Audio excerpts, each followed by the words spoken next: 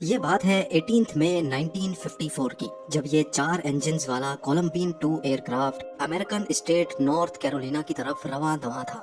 اس جہاز میں اس وقت کے یو ایس پریزیڈنٹ ڈوائٹ آئزن ہاور اپنی پوری ٹیم کے ساتھ سوار تھے، یعنی اس جہاز کو فل سیکیورٹی میں نارتھ کیرولینا تک پہنچانا اور خیریت سے لینڈ کروانا یو ایس ایئر فورس کی ٹاپ پریورٹی تھی۔ ایئر ٹریفک کنٹرولر کے پاس اس جہاز کا کال سائن ایئر فورس 8610 کے نام سے رجسٹرڈ تھا، لیکن عین اس ٹائم پر جب جہاز کی لینڈنگ کا وقت قریب آیا تو ایک مسئلہ پیش آ گیا۔ مسئلہ یہ ہوا کہ ایک کمرشل پلین نے ریڈار میں انٹری ماری اور ایئر ٹریفک کنٹرولر کو پوری طرح سے کنفیوز کر دیا، کیونکہ اس کا بھی کال سائن فلائٹ 8610 ہی تھا اور وہ پلین بھی سیم اسی ماڈل کا تھا جس میں یو ایس پریزیڈنٹ سوار تھے۔ ایئر ٹریفک کنٹرولر کے اسٹاف کے سامنے سیم کال سائن کے 2 جہاز ایک ہی ایئر اسپیس میں موجود تھے، اور اب ان کو یہ معلوم نہیں تھا کہ اصل میں پریزیڈنٹ کس جہاز میں موجود ہیں۔ خیر، تھوڑی کنفیوژن کے بعد پریزیڈنٹ کا جہاز تو بحفاظت لینڈ کر گیا، لیکن اس واقعے نے امریکن ایئر فورس کو تھوڑی دیر تک ہلا کر رکھ دیا تھا، کیونکہ آخرکار یہ پریزیڈنٹ کی سیکیورٹی میں ایک بہت بڑا لوپ ہول تھا۔ بس اسی دن کے بعد سے یو ایس پریزیڈنٹ چاہے جس بھی ایئر کرافٹ میں سفر کرتے ہیں، اس کا کال سائن آٹومیٹیکلی ایئر فورس 1 کر دیا جاتا ہے۔ فی الوقت امریکن پریزیڈنٹ کو ٹرانسپورٹ کرنے کے لیے بوئنگ 747 کا ماڈیفائڈ ورژن استعمال کیا جاتا ہے۔ دیکھنے میں تو یہ جہاز کسی عام کمرشل پلین جیسا ہی دکھتا ہے، لیکن اصل میں یہ دنیا کا سب سے ایڈوانسڈ اور سیکیور ترین بوئنگ 747 ایئر پلین ہے۔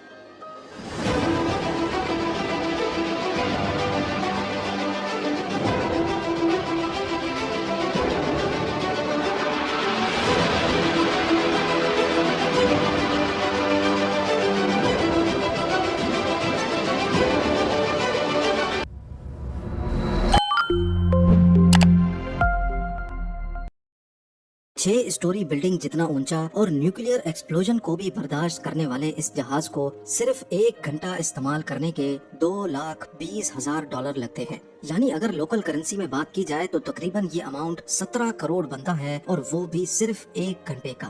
کہنے کو تو یہ پریزیڈنٹ آف یونائٹڈ اسٹیٹس کو ٹرانسپورٹ کرنے کے کام آتا ہے، لیکن اس کی حیثیت واشنگٹن ڈی سی میں واقع وائٹ ہاؤس سے کم ہرگز نہیں ہے، کیونکہ اس میں پریزیڈنٹ کے پورے آفس سے لے کر ان کے پرسنل سویٹ تک وہ تمام فیسلٹیز موجود ہیں جو پریزیڈنٹ وائٹ ہاؤس میں استعمال کرتے ہیں۔ ایئر فورس 1 کے اس جہاز میں اینٹی ہیکنگ سیکیورٹی سسٹم تو لگا ہی ہے، لیکن اس کے ساتھ ساتھ اس میں اینٹی میزائل اور اینٹی نیوکلیئر سسٹم بھی لگایا گیا ہے۔ یو ایس پریزیڈنٹ کے آفیشیل ایئر کرافٹ میں کچھ ایسے سسٹم بھی ہیں جن کو دیکھ کر دماغ دنگ رہ جاتا ہے۔ آئیے جانتے ہیں ایئر فورس 1 کے ان ایکسٹرا آرڈنری فیچرز کے بارے میں۔ نارمل حالات میں تو تمام ایئر لائنز اسموتھلی آپریٹ کر سکتی ہیں، لیکن یہ سارے اسموتھ آپریشنز نیوکلیئر وار کے دوران ڈھیر ہو جاتے ہیں، کیونکہ فلائٹ کے دوران اگر نیوکلیئر بام ڈیٹونیٹ کیا گیا تو اس کی ریڈیشن ہزاروں فیٹ آسمان میں اڑنے والے ایئر پلین کو بری طرح سے ڈیمیج کر سکتی ہے۔ لیکن یہ کنڈیشن ایئر فورس 1 پہ اپلائی نہیں ہوتی، کیونکہ یو ایس پریزیڈنٹ کا پلین نیوکلیئر بنکر سے کم نہیں ہے۔ ایئر فورس 1 کا پورا جہاز ایک خاص ری انفورسڈ آرمر شیلڈ سے ڈھکا ہوا ہے، یعنی نیوکلیئر اٹیک یا اس سے پیدا ہونے والی electro magnetic plus U S president کے جہاز پر کوئی اثر نہیں کر سکتی۔ اس کے علاوہ پلین کی تمام ونڈوز بلٹ پروف گلاس سے بنی ہوئی ہیں، جس پر کسی قسم کی بلٹ کا کوئی اثر نہیں ہوتا۔ وار سچویشن میں یو ایس پریزیڈنٹ کا جہاز دشمن کی ٹیریٹری میں آرام سے گھس سکتا ہے، کیونکہ اس میں state of the art jammer system لگا ہے جو زمین پر ہزاروں میل دور دشمن کے ریڈارز کو جیم کرنے کی قابلیت بھی رکھتا ہے۔ جس طرح دنیا کے طاقتور لوگوں کو جان کا خطرہ رہتا ہے، اسی طرح یہ خطرہ یو ایس پریزیڈنٹ کے لیے مزید بڑھ جاتا ہے جب وہ بائی ایئر ٹریول کر رہے ہوں۔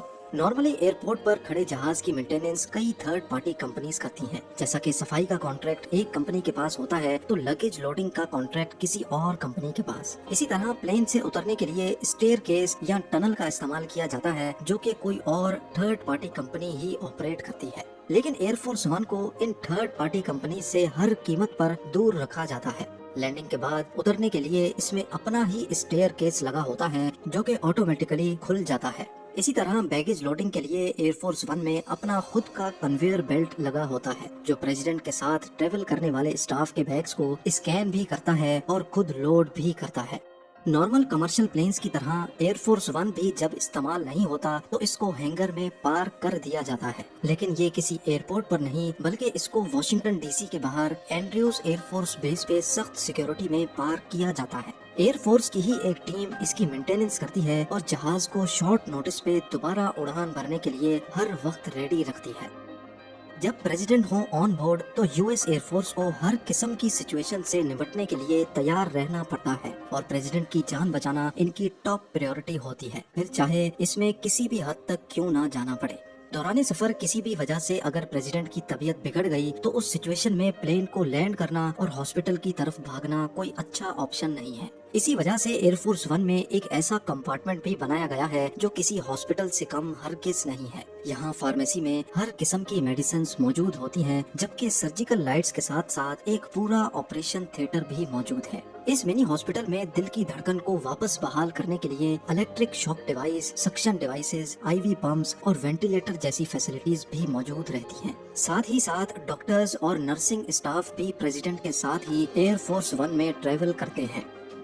एक एस्टीमेट के मुताबिक कमर्शियल फ्लाइट्स अपने फ्यूल टैंक के साथ नॉन स्टॉप 16 घंटों तक फ्लाई कर सकती हैं और उसके बाद उनको किसी न किसी एयरपोर्ट पे रीफ्यूलिंग के लिए लैंड करना ही पड़ता है। लेकिन अगर यही कंडीशन एयरफोर्स वन पे पेश आए तो वो नॉन स्टॉप कई दिनों तक भी फ्लाई कर सकता है, क्योंकि इसमें mid air refuelling system installed है। वैसे तो ये नौबत आती ही नहीं है, लेकिन अगर दौरान सफर एयरफोर्स वन में फ्यूल कम पड़ जाए तो लैंड करके जहाज को रिफ्यूल करना और फिर दोबारा टेक ऑफ करने में प्रेसिडेंट का बहुत टाइम जाया होता है। इसी वजह से जहाज को हवा में ही रिफ्यूल किया जाता है। एयरफोर्स का रिफ्यूलिंग एयरक्राफ्ट पहले से प्रेसिडेंट के जहाज का इंतजार कर रहा होता है। जब प्रेसिडेंट का जहाज करीब आता है तो रिफ्यूलिंग एयरक्राफ्ट अपना एल्टीट्यूड और स्पीड एडजस्ट करके एक नोजल के जरिए एयरफोर्स वन का टैंक दोबारा फुल कर सकता है। जैसा कि पहले भी आप जान चुके हैं कि एयरफोर्स वन चाहे जमीन पे हो या आसमान में, ये व्हाइट हाउस से कम नहीं है। इसमें एक पूरा मोबाइल कमांड सेंटर मौजूद है जिसमें total 85 telephone lines, high speed internet और दर्जनों टीवी स्क्रीन्स लगी हैं। ये सब तामझाम फोन पे गपशप लगाने के लिए नहीं, बल्कि इस वजह से किया गया है ताकि अगर सफर के दौरान कहीं हालात खराब हो जाएं तो प्रेसिडेंट और उनकी टीम दुनिया के किसी भी कोने में फोन करके इंस्ट्रक्शंस दे सके। साथ ही साथ टीवी स्क्रीन्स और इंटरनेट एक्सेस के जरिए प्रेसिडेंट जमीन के किसी भी हिस्से में होने वाली इम्पोर्टेंट मीटिंग में वीडियो कॉन्फ्रेंसिंग के थ्रू ज्वाइन हो सकते हैं।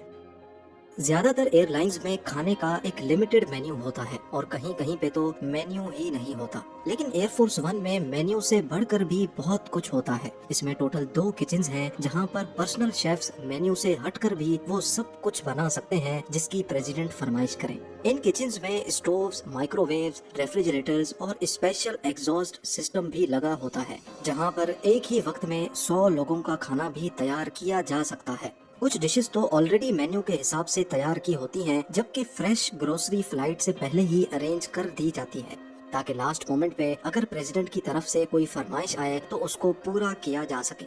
लेकिन सिक्योरिटी को मद्देनजर रखते हुए शेफ्स को अमेरिका से बाहर किसी भी ग्रोसरी से सामान परचेज करने की परमिशन नहीं होती। प्रेसिडेंट का एयरफोर्स वन एक ऐसा काम भी कर सकता है जिसको बाकी तमाम कमर्शियल प्लेन्स नहीं कर सकते। जहां कमर्शियल प्लेन्स 30,000 फीट की बुलंदी पे फ्लाई करते हैं, वहीं प्रेसिडेंट की सेफ्टी और सिक्योरिटी के लिए एयरफोर्स वन 45,100 फीट के एल्टीट्यूड पे फ्लाई करता है। इसके साथ साथ commercial planes basically profit generate करने के लिए ऑपरेट करते हैं। एक जगह से दूसरी जगह शॉर्टेस्ट पाथ में जाकर कम से कम फ्यूल में डेस्टिनेशन तक पहुंचना ही इनका मेन गोल होता है। लेकिन एयरफोर्स वन जहां दूसरी कमर्शियल फ्लाइट से 15,000 फीट ऊपर फ्लाई करता है, वहीं इसको शॉर्टेस्ट रूट की परवाह नहीं होती, बल्कि पायलट की कोशिश होती है कि दूसरे कमर्शियल प्लेन से जितना दूर होकर फ्लाई किया जाए उतना ही अच्छा है। यूएस प्रेसिडेंट के प्लेन को हमेशा एक और प्लेन भी फॉलो करता है, बोइंग E-4B नाइट वॉच, जिसको द डूम्सडे प्लेन भी कहा जाता है, और ये तब तक हवा में होता है जब तक एयरफोर्स वन लैंड नहीं कर जाता। अगर प्रेसिडेंट के ऑन बोर्ड होने के दौरान ही जमीन पर न्यूक्लियर वॉर हो जाए और यूएस मिलिट्री का सारा कम्युनिकेशन सेटअप तबाह हो जाए तो इस सिचुएशन में E-4B नाइट वॉच कम्युनिकेशन का सेंटर बन जाता है। डूम्सडे प्लेन में मिलिट्री एनालिस्ट मौजूद होते हैं जो फ्लाइट के दौरान ही ग्राउंड पर मिलिट्री ऑपरेशंस कंडक्ट करते हैं। इलेक्ट्रोमैग्नेटिक पल्स के साथ साथ इसमें एंटी न्यूक्लियर सिस्टम भी लगा है और ये सरफेस टू एयर मिसाइल्स और एंटी एयरक्राफ्ट मिसाइल्स को भी धोखा देने की काबिलियत रखता है। यानी ये कहा जाए कि एयरफोर्स वन के पीछे एक पूरा मिलिट्री हेडक्वार्टर होता है तो ये भी गलत नहीं होगा। और आखिर में आपको ये भी बताते चलें कि प्रेसिडेंट का एयरफोर्स वन सिर्फ एक जहाज नहीं बल्कि ये दो एक जैसे जहाज हैं। इन दोनों जहाजों का इंटीरियर और एक्सटीरियर हूबहू सेम है। ऐसा इस वजह से किया गया है ताकि अगर कोई एक प्लेन मेंटेनेंस की वजह से डाउन हो तो प्रेसिडेंट को दूसरे जहाज में भेजा जा सके। लेकिन इन दोनों प्लेन्स का एक और रीजन भी है और वो है सिक्योरिटी। प्रेसिडेंट कौन से एयरफोर्स वन में ट्रैवल करेंगे ये लास्ट मोमेंट तक किसी को भी मालूम नहीं होता, हत्ता कि यूएस एयरफोर्स के कई ऑफिशियल्स को भी नहीं।